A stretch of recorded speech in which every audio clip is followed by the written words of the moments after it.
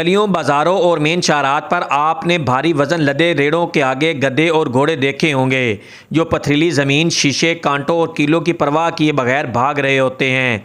इन गधों और घोड़ों ने अपनी हिफाजत के लिए बहुत कम नज़र आने वाले जूते पहन रखे होते हैं, जिन्हें नाल कहा जाता है। खोता रखा हुआ जनाब, खोते रोड से चलते हैं, पैर च लग जाती, खुरी लग जाती है। ये इस तरह ही है जिवें थोड़ी जुत्ती टुट जाए तो जनाब थोड़े पैर दे विच लग जाती ना, इस तरह ये पैरों वास्ते खुरियां जुत्ती है जी। मुल्क पाकिस्तान में जानवरों के जूते नाल पहनाने का काम बहुत महदूद हो गया है। नाल लगाने से घोड़े समेत दीगर जानवर माजूर नहीं होते और वज़न भी ज़्यादा खींचते हैं।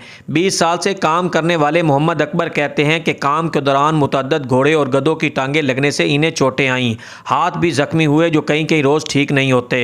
मैं अपने वालिद साहब के साथ काम करता था, आज से 20-22 साल पहले। पहले टांगे रेड़े चलते थे, बहुत काम होता था, हमें वारी नहीं सी आती। और अब ये काम बहुत कम हो गया है, रक्शे आ गए हैं, डाले आ गए हैं, ये फेरे ले जाते हैं, घोड़े खड़े रहते हैं, फेरा नहीं मिलता। नाल को मकामी ज़बान में खुरियाँ भी कहा जाता है। इनको लगाने में ज़रा सी बदएहतियाती जानवरों को ज़िंदगी भर के लिए माजूर कर सकती है। जदीद दौर में टांगों और गधा रेड़ी की जगह रक्षा और लोडर गाड़ियों ने ले ली है, जिस वजह से ये कारोबार अब महदूद होता जा रहा है। अमीर उमर चमन, ARY न्यूज़, चिनियोट।